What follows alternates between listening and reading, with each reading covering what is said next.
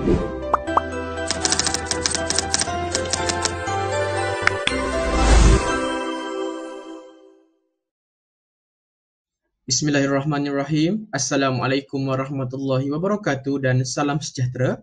Pada kali ini, saya akan membentangkan tentang tragedi pembunuhan kejam keluarga Menendez yang juga merupakan keluarga korporat yang terkenal di Los Angeles. Sebelum saya menceritakan lebih lanjut mengenai peristiwa ini, eloklah dulu saya memperkenalkan diri. Nama saya adalah Ikram Fahmi bin Rahmat. Nombor metrik di 2021-209875, manakala rakan pembentang adalah Wan Muhammad Faiz bin Wan Abdul Razak. Nombor metrik di 2021-209865.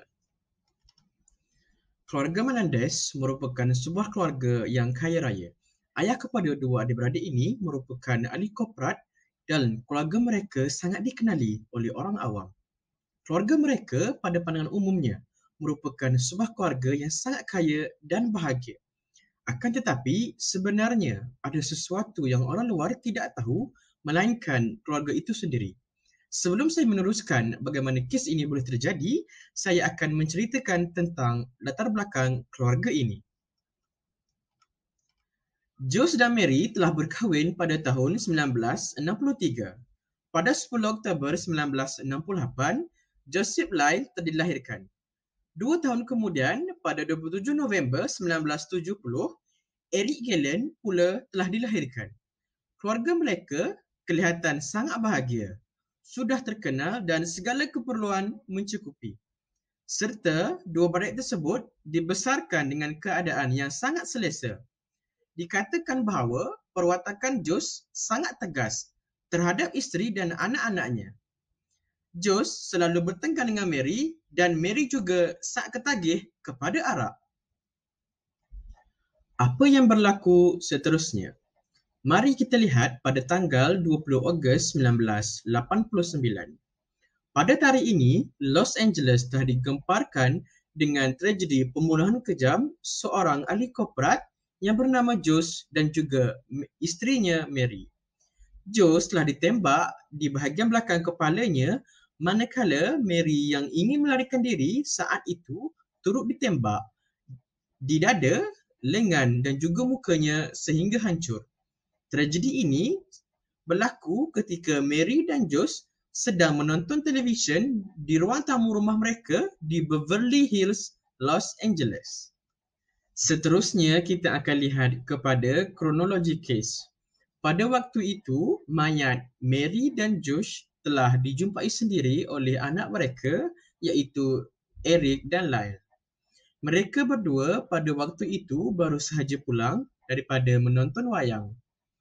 Lyle yang terkejut dengan tragedi itu terus menelefon polis dan memberitahu apa yang berlaku. Manakala Eric meratap, meraung dan menjerit melihat kejadian itu. Polis tidak mengetahui penjenayah sebenar yang telah membunuh kedua ibu mereka, tetapi polis hanya mengesyaki bahawa geng mafia telah membunuh ibu bapa mereka.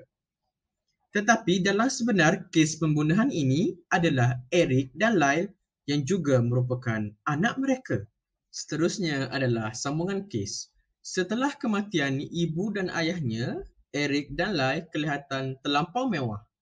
Dalam tempoh 6 bulan sahaja, mereka berdua telah menghabiskan sebanyak $1 juta Amerika dan telah membeli sebuah kereta mewah. Selepas disiasat polis, rupanya mereka telah mengaku membunuh kedua ibu bapa mereka.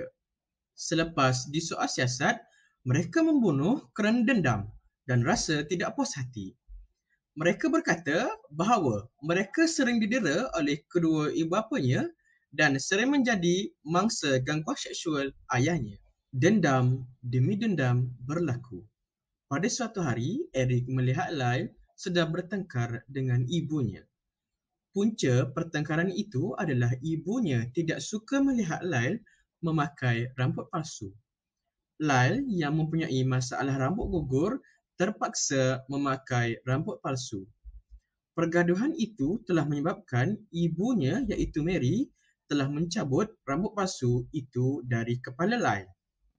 Terima kasih kepada rakan pembentang saya tadi. Okey, kita akan sambung pada slide yang seterusnya adalah mula merasakan paranoid. Macam kita tahu, Eric dan Lai ni merasakan kedua ibu bapa mereka akan membunuh mereka. Jikalau perkara ini diketahui oleh pihak luar. Macam kita tahulah, keluarga Eric dan Lai ni kan, iaitu ibu bapa dia kan datang daripada keluarga yang kaya. Okey, mereka datang daripada keluarga yang kaya. Jadi macam kita tengok, kalau keluarga kaya ni dia macam polis tiba-tiba tahu yang dorang ni buat kat anak dorang macam ni macam tu, jadi ini akan menyebabkan keluarga mereka mendapat malu. Kalau kita tengok ayah Eric dan lain ni pun mendera mereka, buat tak kisah je, dera secara seksual. Jadi ini akan menyebabkan sesuatu yang besar lah orang cakap. Jadi polis akan terlibat dalam benda-benda macam ni. Okey, yang seterusnya adalah kalau kita tengok 3 hari sebelum pembunuhan terjadi, iaitu Eric dan Lai ni membunuh ibu bapa mereka.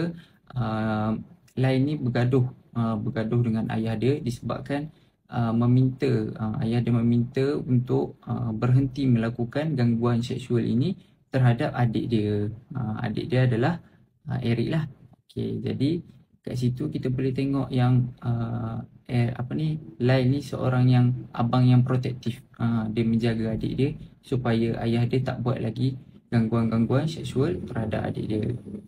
Okey, jadi kita pergi pula kepada slide yang seterusnya, iaitu mula mengalami depresi. Macam kita tahulah, bila lepas dah bunuh family sendiri tapi enjoy apa semua kan, mesti kadang-kadang ada salah seorang yang mengalami depresi. Contohnya macam kat sini Eric tertekan dan mula mengalami depresi yang teruk selepas membunuh ibu bapanya. Okey, disebabkan kejadian daripada ni, Eric ni dia pergilah bertemu dengan Dr. Ozil, iaitu orang panggil macam kaunselor lah ataupun psikiatris untuk tolong dia. Okey, tapi dia pergi ni dia tak bagi tahu pun abang dia, iaitu Lyle. Jadi dia pergi ni secara senyap-senyap seorang-seorang jumpa doktor dia. Okey, dan dia menceritakan segalanya kat doktor dia tu.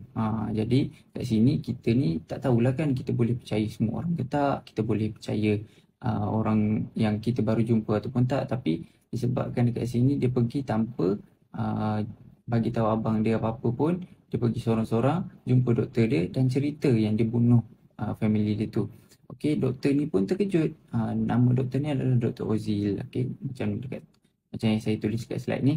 Okey, jadi Dr. Ozil ni terkejut lah sebab ialah dengar cerita Eric ni dia pernah bunuh family dia sendiri kan. Jadi Dr. Ozil ni pun menghubungi Lyle ni sebab mengatakan dia akan menelefon polis, dia akan bagi tahu polis yang tentang mereka berdua ni yang bunuh family ni. Okey, jadi kita tengok kat sini Dr. Ozil ni sebenarnya macam tak boleh lah kalau nak macam melibatkan pihak polis terusan. Patutnya dia ada akta kerahsiaan jaga kat situ kan. Jadi kalau kita tengok Lyle dia ugut nak bunuh Dr. Ozil ni kalau sampai ke pengetahuan luar. Okey, jadi kita dah pun sampai di penghujung slide, iaitu mahkamah menjatuhkan hukuman. Jadi kat sini kita boleh tahu mahkamah tu jatuhkan berapa lama hukuman dekat dorang berdua ni. Jadi kita tengok mereka disabitkan kesalahan dan juga mereka dijatuhkan hukuman selama 22 tahun dalam penjara dan diasingkan tempat penjara. Maksudnya Eric dan Lai ni, adik dan abang ni, dipisahkan selama 22 tahun. Tak boleh jumpa, diasingkan penjara. Okay. Jadi semasa perbicaraan mereka telah mengatakan, mereka menceritakanlah semua apa yang mereka hadap ni. Contohnya diorang kena gangguan seksual, didera, tapi tetap juga pihak pendakwa ni tidak percaya kat kata-kata diorang. Ialah yang siapa je nak percaya kalau kita ni dah bunuh orang kan, kita ni dah bunuh keluarga kita sendiri, siapa je nak percaya. Nak lagi family itu dalam keadaan keluarga yang kaya. Jadi pihak pendakwa raya ni orang cakap percaya bahawa mereka ni membunuh disebabkan harta, bukan disebabkan didera ke apa ke, bukan. Dorang ni maksudnya macam dorang ni bunuh sebab nak harta je, harta banyak kan, jadi nak kaya. Okay, yang seterusnya pada tahun 2016 Lai telah dipindahkan ke sebuah penjara di Ohio, di San Diego. Di San Diego. Dekat sinilah diorang jumpa balik berdua adik-beradik, okey. Bertemu dengan Eric. Lai ni jumpa balik dengan adik dia Eric. Okey, jadi kat situ kita boleh tengoklah diorang kat situ memang kalau dalam cerita ni memang sedih lah kan dapat berjumpa balik macam tu sebab dah terpisah lama kan. Okey, jadi slide yang terakhir kita boleh tengok iktibar pada cerita ni lah. Okey. Jadi pada cerita ni saya nak menegaskan bahawa ialah kedua ibu bapa ni patutnya menyayangi anak mereka lah. Janganlah kita contoh orang cakap parents dalam cerita ni iaitu dengan mendera, membuat gangguan seksual, and mak dia pun ketagih arak. Okay, jadi sebagai family ni kita patut support anak, kita patut jaga anak tu dengan betul-betul. Orang cakap bagai menatang minyak yang penuh. Okay, yang seterusnya adalah kepada macam contohlah kita kan sebagai kaunselor kan, kita sebagai kaunselor kenalah jaga atas kerasaan tu. Macam Dr. Ozil tadi, dia terus je nak report polis. Kita kenalah slow talk dengan dia dulu apa semua kan, cakap nak libatkan pihak ketiga ke apa semua, dia selesa ke tak dengan kita kan. Ini tak, kita terus nak libatkan pihak polis. Lepas tu dalam masa yang sama, masa tu juga Dr. Ozil yang psikiatris tu tadi, dia meminta duit supaya nak tutup mulut. Tak boleh lah macam tu. Okay, jadi itu saja daripada kami berdua. Sekian, terima kasih.